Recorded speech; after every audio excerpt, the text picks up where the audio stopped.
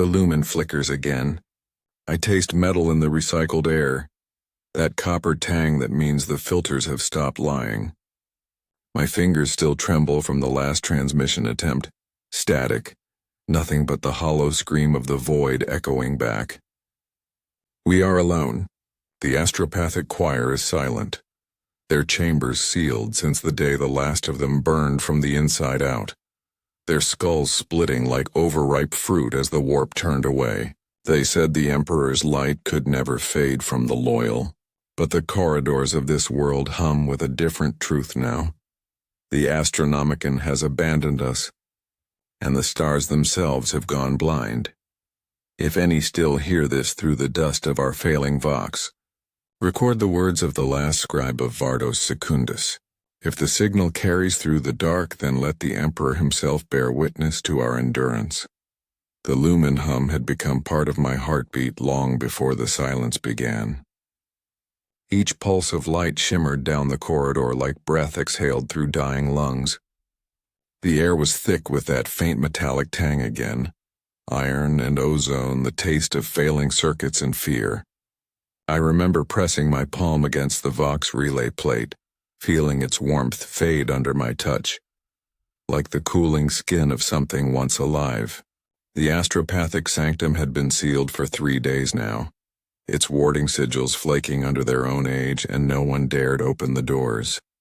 Even the custodian of records, a man of iron habit and empty eyes, muttered his prayers more often than he wrote them. We had known something was wrong long before anyone admitted it. The dreams were the first sign. The choir had begun to scream in their sleep. One voice at first, then hundreds joined in unison until their cries became background noise to the hive's insomnia. When I stood near their chamber doors, I could feel the vibration through the stone. A sound like knives dragged over glass inside my skull. They said the Astronomicon had flared too bright, that the Emperor's radiance had burned them from within, but that was a comforting lie. I saw the aftermath myself. Their bodies were still upright, fused into the throne nodes by melted neural jacks. Their faces were frozen in ecstasy or terror. Sometimes I think those words mean the same thing. The silence that followed was worse. No choir song, no distant psychic murmur, only the void pressing inward like a physical weight. The Vox officers kept trying to reach orbit, then segmentum command, then anyone at all. Nothing came back. Not even static, only that perfect devouring quiet. The administratum clerks continued stamping requisitions, insisting on protocol. Disruption in transmission relays, they called it. But you cannot bureaucratize the dark. The black between stars doesn't respect ink. I was assigned to record the events for the Archivum's Chronicle, part of the usual redundancies, a precaution against data corruption.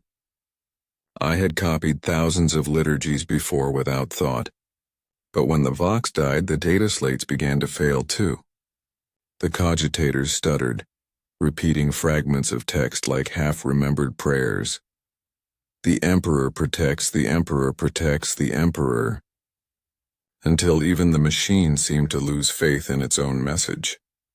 It was then I began to keep my own notes by hand, ink, paper, symbols no machine could overwrite, the way the ancients did when they feared the future would forget them. The first day without signal passed quietly, if uneasily. The second brought food rationing. By the third, the smell of decay from the choir's wing drifted through the ventilation shafts. The Medicae refused to enter. The ecclesiarchy sent acolytes with censers, chanting over the vents as if incense could drown out the stench of psychic death. I kept writing, though I no longer knew for whom. A chronicler without an audience feels like a ghost rehearsing its own funeral oration. When the breakdown finally began, it was not with an explosion or uprising, but with laughter. A single adept in the Vox chamber began giggling mid-sentence during his shift. At first I thought he had lost his wits from exhaustion, but the laughter grew louder, higher, distorted, until his throat tore open and blood sprayed over the cogitator bank. His eyes were glowing with that same green light that had flared from the choir pits.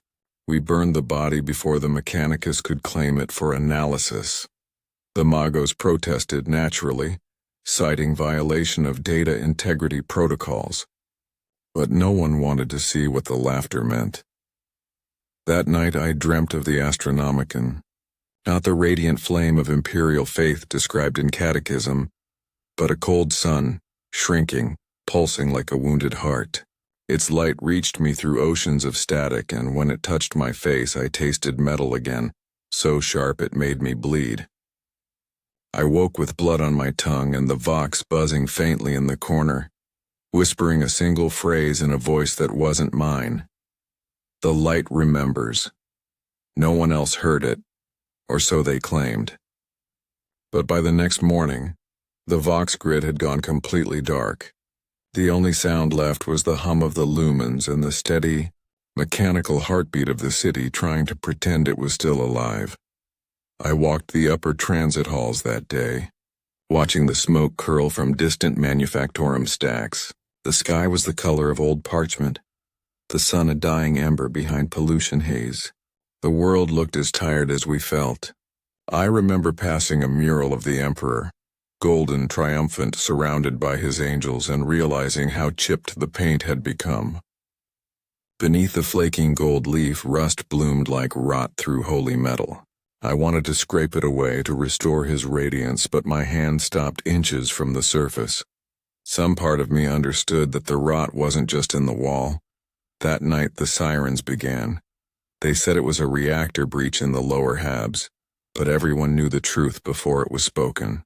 Something had stirred beneath the choir's wing. The silence wasn't empty after all. It had only been waiting for us to listen closely enough. The lumen hum grew louder, and beneath it I could almost hear breathing. The first bodies surfaced at dawn, not the Astropaths. Those had long since ceased to be anything one could call human, but the men and women sent to clean their sanctum. They were found in the corridor outside, curled into positions of prayer, hands clasped tight enough to fuse flesh to bone.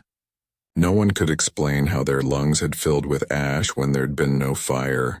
The Medicae wrapped them in cloth stamped with the Imperial Aquila and dumped them in the furnace vaults without liturgy.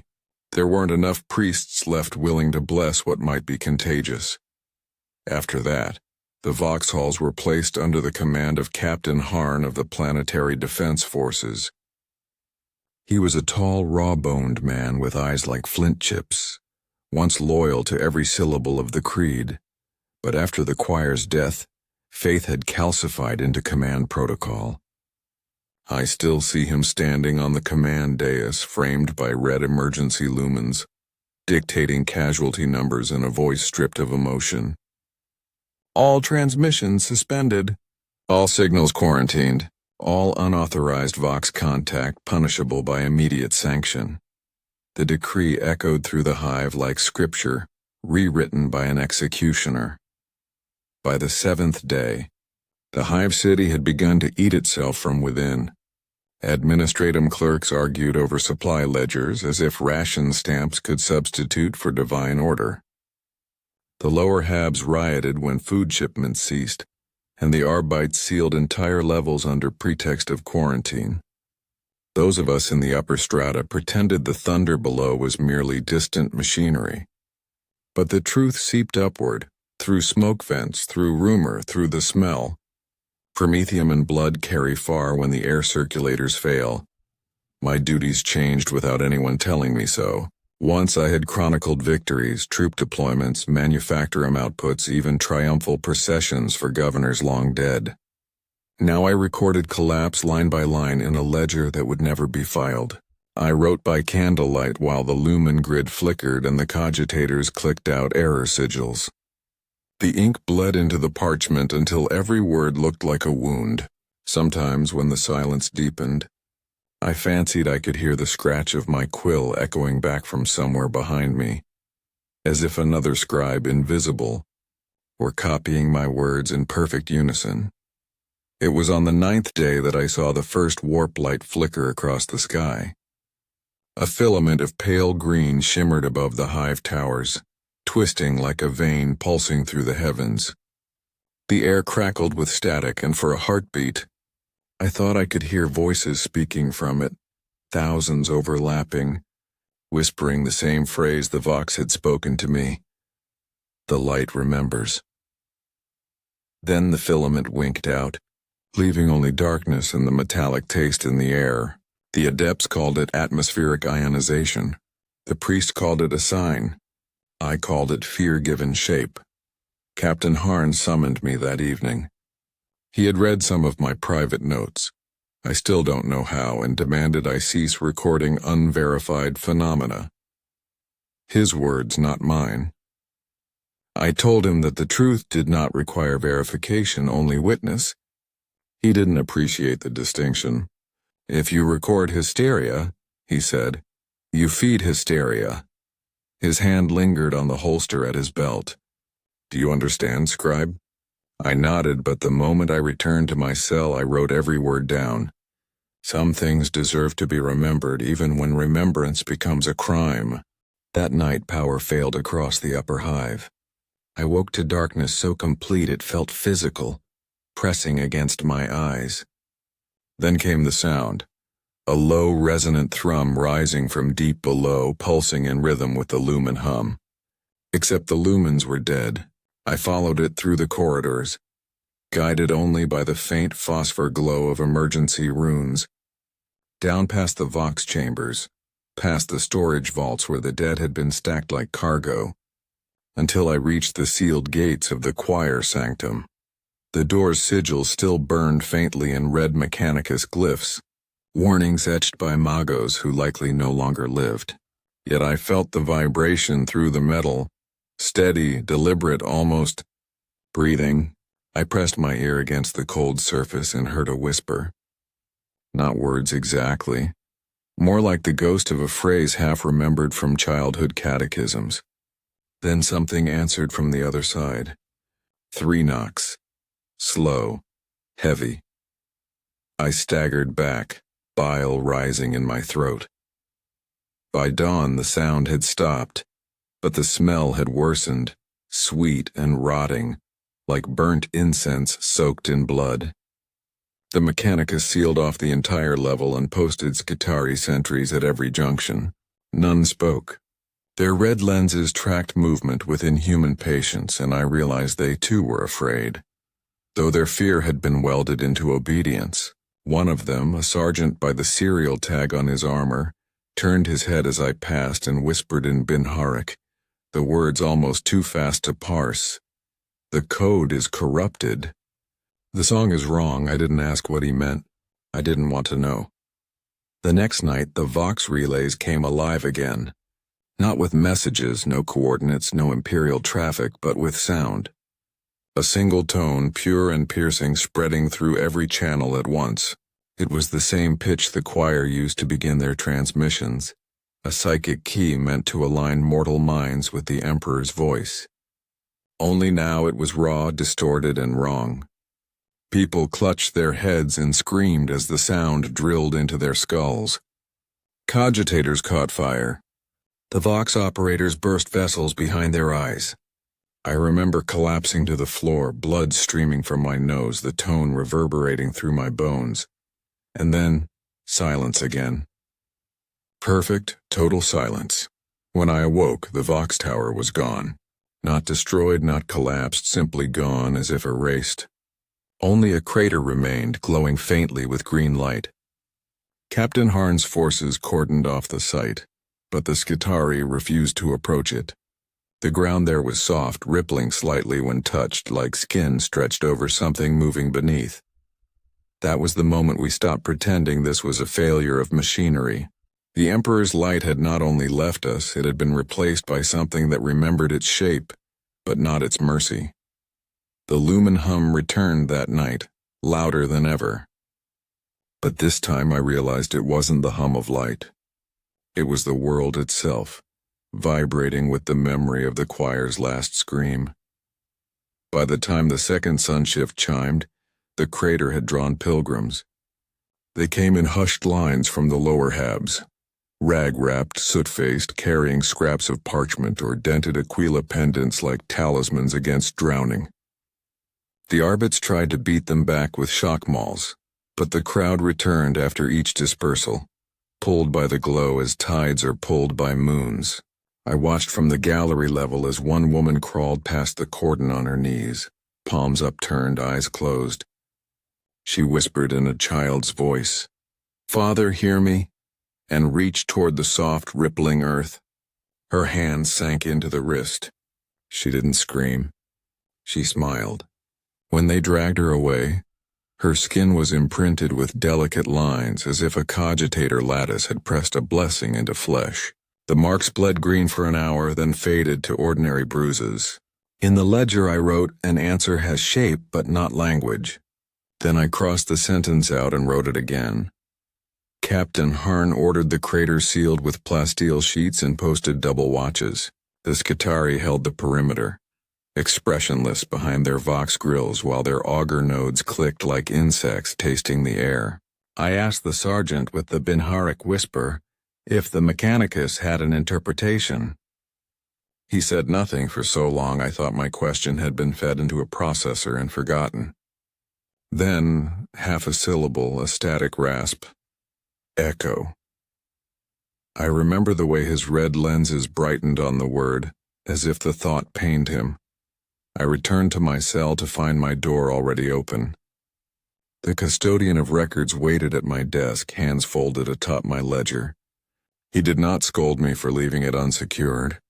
He only turned a page with the care of a man handling reliquaries and said almost gently, "Your entries contradict sanctioned reports." "So do the dead," I said, before I could think to be afraid. He lifted his eyes. "Scribe Marlan Isa," he said, my name precise as a stamp.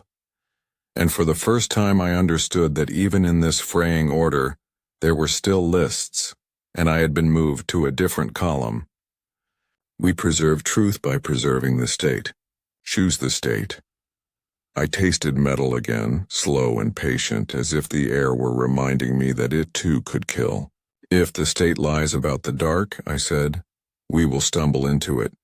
He closed the ledger, not harshly, like a confession finished. "Your quill serves or it severs," he said. "If it severs, we break it." He left without taking the book, which frightened me more than confiscation would have. It meant the breaking would not be of tools. The power bled away early that night, as if the hive had grown tired of pretending at daylight. I wrapped my robe tighter and went walking, counting steps to measure courage. The corridors near the choir sanctum had been repainted with warning glyphs, fresh cog red over old devotional script, and for a long minute I stood beneath a sign that said in Mechanicus cant, "Process halted pending verification of sanctity." The word sanctity had been stenciled twice, the second time in a smaller hand, as if someone had come back to insist. I did not intend to break seals. I intended only to stand, to listen, to give shape to remembrance. Yet the hum drew me, a low summons through bone, and I found my palm resting against the sanctum gate again. Cold, then warmth blooming under my skin. Not alive like flesh, but like a machine brought to readiness. The metal shivered. For an instant, the taste on my tongue sharpened beyond copper to something bright, almost sweet, like the moment a tooth chips and blood floods the mouth. The whisper came back, clearer this time, punched through from the other side of the sealed world. The light remembers. I should have fled. Instead, I pressed my forehead to the gate and breathed in decay and incense until I was shaking. "Remember what?" I asked. And the question felt like a heresy I could not retract. A rhythm answered. 3 knocks. The same pattern as before, but quicker now, as if whatever was inside had learned my pulse and adjusted to meet it. Somewhere down the corridor, servo skulls stirred and bobbed like curious fish, their lenses dilating. I stepped back, nearly tripping over a sensor abandoned by some acolyte who had run before the smoke failed. The chain clinked, a small sound, but it echoed too long, stretched thin by the emptiness. The sanctum gate did not open. The knocking ceased. A hiss bled through the seams, and I thought of lungs filling with ash that had never burned. I went to the archivum sublevels to steady my hands, telling myself paper would be safer than metal. The scriptorium was lit by a single lumen rod. Its flicker paced to the tremor in my wrists, and the shelves leaned as if braced against a storm we could not feel. I pulled a data slate at random to distract myself. A shipment manifest from a decade ago, stamped and countersigned by names that meant nothing now.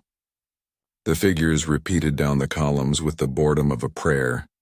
Lacelles, protein bricks, auspex lenses. At the bottom, a notation in a clerk's cramped hand, highlighted and then scratched out. Communications surcharge waived for exemplary choir output.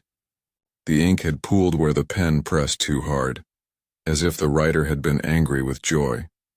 I did not hear footsteps, only a presence, like pressure equalizing in a sealed chamber. I looked up and found Captain Harn, haloed by the lumen's shiver. He smelled faintly of oil and ozone in the cold air of upper towers. "You risk contagion when you wander," he said. "What kind?" I asked. "Warp, panic, truth?" He didn't smile, but something like regret crossed his face, an expression I had not earned. "I was a boy when I first heard an Astropath sing," he said. We toured the sanctum under guard. The sound made me weep. I told myself it was the Emperor touching my mind. The Magos told me it was harmonics aligning in cranial bone. Both could be true, I said, though my tongue wanted blood again. He reached past me, lifted my ledger, and weighed it in his hand as if measuring shot for a gun. "I cannot protect this," he said. "Or you." He set it down. "But I can give you an errand. Go to the crater at shift change. A Mechanicus envoy will meet you. They want a Civitas witness for a test." He paused, then added, "If I were a better officer, I would forbid it." "Why me?" I asked. "Because you will write what you see," he said, "even if it damns us."